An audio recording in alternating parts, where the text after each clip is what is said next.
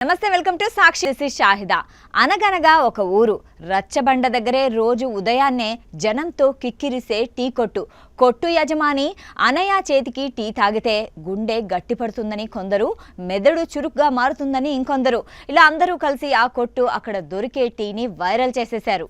ఇంతలో రవి అనే కొత్త కుర్రాడు అక్కడ పనిలో చేరాడు. అందరూ అక్క చేతి టీ ఆరోగ్యానికి మంచిదంటున్నారు కదా, మరి మరింత స్ట్రాంగ్గా చేద్దాం అనుకున్నాడో కుర్రాడు. అక్క 2 నిమిషాలు మాత్రమే కాస్తుంది, నేను ఇంకో 2 నిమిషాలు ఎక్కువ ఉడకబెడతాను అని ప్రయోగం మొదలుపెట్టాడు. అలాగే ఉడికించాడు కూడా.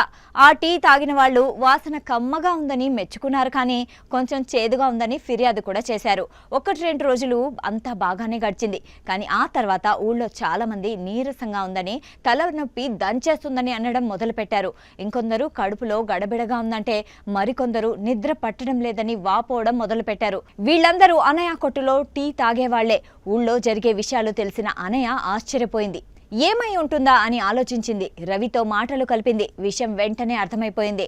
అంతే, బాబు రవి, మనం కాచే టీ మందులా పనిచేస్తుంది. కాకపోతే అది మనం దాన్ని సక్రమంగా ఎలా తయారు చేయాలో తెలిసినంత వరకే. మంచి వాసన వస్తుంది కదా అని ఎక్కువసేపు ఉడికించామనుకో, అంతే సంగతులు.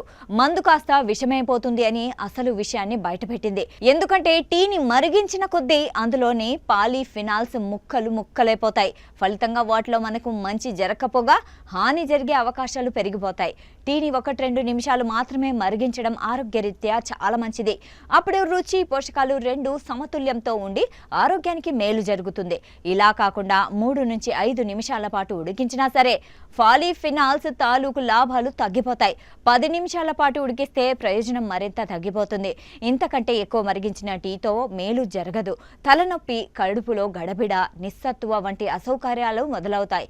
అంతేకాదు, టీని ఎప్పటికప్పుడు ఫ్రెష్గా తయారు చేసుకుని తాగాలని, చల్లారిందని టీని పదే ఉడికించడము మంచిది కాదని అనయ్య రవికి వివరించింది.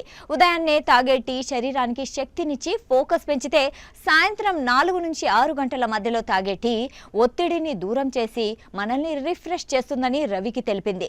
సాయంత్రం 6 గంటల తర్వాత తాగే టీ నిద్రను పాడు చేసే అవకాశాలు ఎక్కువని స్పష్టం చేసింది. టీ లవర్స్ మాత్రమే కాదు, తాము రోజు గ్రీన్ టీ తాగుతాం, కానీ ఎందుకో మాకేమీ ఆరోగ్య లాభం లభించడం లేదు అని చెప్పేవారు కూడా టీని ఎంతసేపు మరిగిస్తున్నారో గమనిస్తే మేలని అనయ్య సూచిస్తోంది. అక్క చెప్పిన మాటల్లో లాజిక్ ఉంది అని తెలుసుకున్న రవి కూడా టీని 2 కంటే ఎక్కువ నిమిషాలు మరిగించకపోవడంతో ఇప్పుడు ఊళ్ళో అందరూ హ్యాపీ. టీని పద్ధతిగా చేస్తే శరీరంలో యాంటీబయాటిక్స్ పుష్కలంగా లభిస్తాయి. చురుకుదనాన్ని పెంచుతుంది.